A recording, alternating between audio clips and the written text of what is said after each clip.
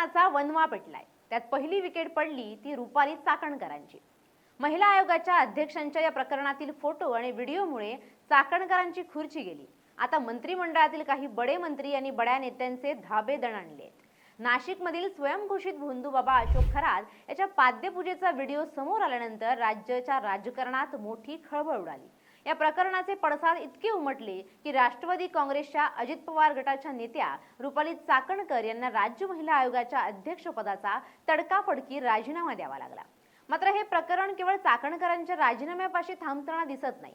खरातच्या call detail records आणि फोटोंनी आता थेट मंत्रिमंडळातील बड्या मंत्र्यांचे आणि सत्ताधारी पक्षाच्या सर्वोच्च नेत्यांचे धाबे दणाणले।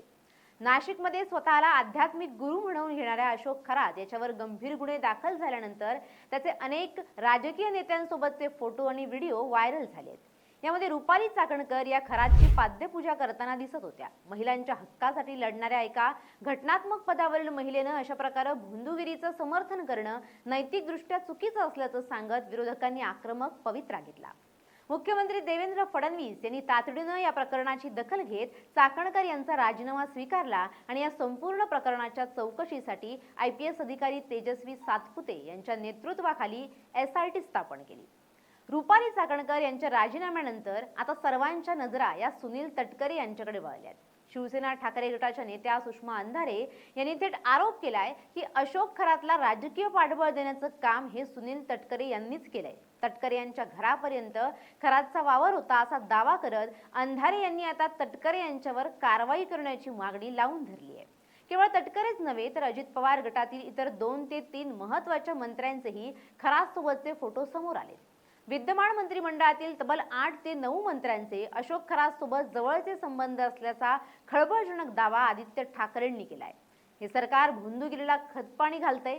चाकणकरांचा राजीनामा ही केवळ सुरुवात आहे। ज्या मंत्र्यांनी खरातच्या चरणी नतमस्तक होऊन त्याला प्रशासकीय कामात मदत केली त्या सर्वांना मंत्रिमंडळातून डच्चू द्यायला हवा अशी मागणी आदित्य ठाकरे यांनी केली आहे।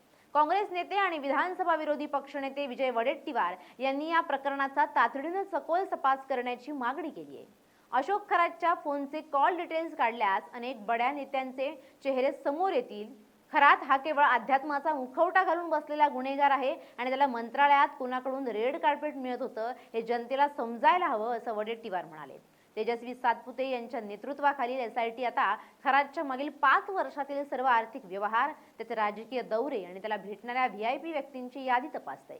खरातच्या मोबाईलमध्ये अनेक महत्त्वपूर्ण ऑडिओ क्लिप सापडल्यात ज्यामध्ये काही मंत्र्यांच्या PA सोबतचे त्याचं संभाषण सुद्धा आहे।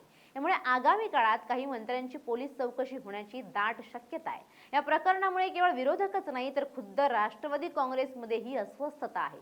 पुण्यात संगीता तिवारी यांनी उघडपणे नाराजी व्यक्त करत खरात प्रकरणामुळे पक्षाची प्रतिमा मलिन होत असल्याचं म्हटलंय। अनेक शहरातील बॅनरवरून तटकरे आणि चाकणकर यांचे फोटो काढण्यात येत असल्याने पक्षात 2 गट पडल्याचं स्पष्ट दिसतंय।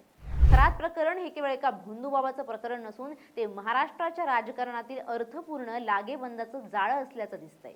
रुपाली चाकणकर यांचा बळी गेल्यानंतर आता SITच्या तपासात कोणाचं नाव निष्पन्न होतं यावर महायुती सरकारचं भवितव्य अवलंबून असेल। जर खरातचा एखाद्या मंत्र्याशी थेट आर्थिक व्यवहार सिद्ध झाला तर सरकारला त्या मंत्र्याचा राजीनामा घेण्याशिवाय पर्याय उरणार नाही। त्यामुळे हे प्रकरण आणखी अनेक जणांना या वणव्यात ओढण्याची शक्यता आहे।